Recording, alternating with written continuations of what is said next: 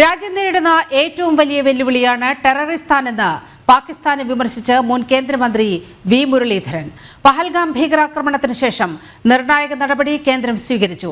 പാകിസ്ഥാൻ പൗരരോട് തിരികെ പോകാനും തിരിച്ചയക്കാനും കേന്ദ്രം കേരളത്തോടും പറഞ്ഞിട്ടുണ്ട്. അതിൽ നടപടി സ്വീകരിക്കേണ്ടത് കേരളമാണെന്നും മുരളീധരൻ വ്യക്തമാക്കി.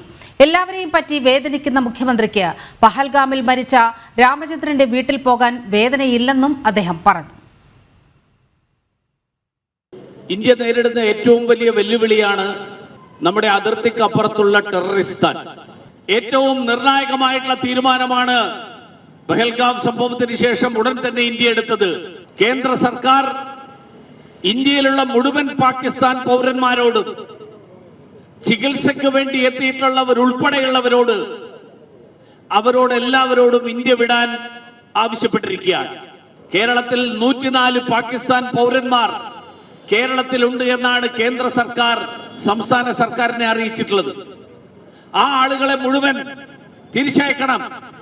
അത് തിരിച്ചയക്കാൻ, അവരെ കണ്ടെത്തി തിരിച്ചയക്കാനുള്ള ഉത്തരവാദിത്തം സംസ്ഥാന സർക്കാരിൻ്റെതാണ്.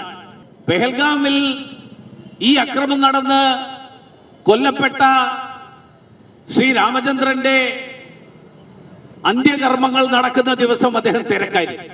അന്ന് അതുകൊണ്ട് അദ്ദേഹത്തിന് വേദനിക്കാൻ സാധിച്ചില്ല. അതിനെക്കുറിച്ച് അദ്ദേഹം അവിടെ ചെല്ലാതിരുന്നതിനെ കുറിച്ച് പലരും ചോദിച്ചു. നമ്മുടെ ബഹുമാനനായിട്ടുള്ള ഗവർണർ അവിടെ എത്തി. മലയാളിയായിട്ടുള്ള ഗോവ ഗവർണർ ശ്രീ ശ്രീധരൻപിള്ള അവിടെ വന്നു. അദ്ദേഹം അവിടെ നിന്ന് വന്നു. പ്രതിപക്ഷ നേതാവ് അവിടെ എത്തി. പക്ഷെ നമ്മുടെ മുഖ്യമന്ത്രി എത്തിയില്ല.